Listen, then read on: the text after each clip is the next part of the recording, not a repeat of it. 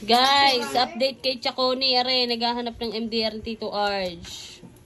Kamusta na daw kayo? Stress na siya, guys. Stress na ho. Hindi pa nakain.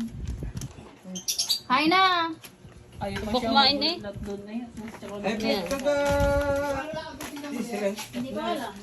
Nalilimutan na ni Chaconi kung kumain eh. Kain sa... Hindi na makakain. Sa Wala na yung dugo ng mamaya. Salit na makakapagbantay pa eh. Ako pa, basihin na pa yata sa pasyente. Biki kumain. Ayaw niyo kumain. Biki gabi umikot na ng umikot. Hindi pa nakain. Nakakain na kami. Magaling si Chaconi. Hindi lang kayo magulang.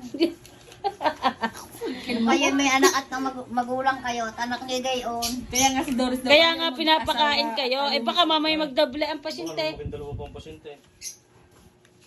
Isipin nyo rin kayo. Paano kung gagawin sa hindi man? Hindi daw magutom. Lagi ng busog. Sige. Pwede. Ayun si Chulupe. Pwede natin pareho. Isa na lang ang isang ano na lang. Ay, hindi naman mangyayari. Ay, magkumain din. Kakain na nga. Eh, si Chaconi na lang pagbantayin niyo sa ospital. Di lalo lang. Hindi lalong na nervous sir. Hindi ko ako nervous. Yun na nga eh. Tapos ayun nyo pang ano yun yung salip na...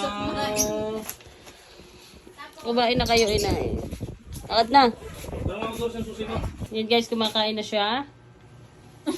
Sawa na mukha. Ang sama ng tingin. Huwag ka masama ang tingin. Si Chaconi naman. Yan, lalo natilik na. Yan, natinik na.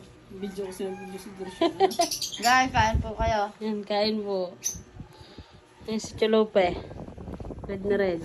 Si Chilope hindi makapaghalaman.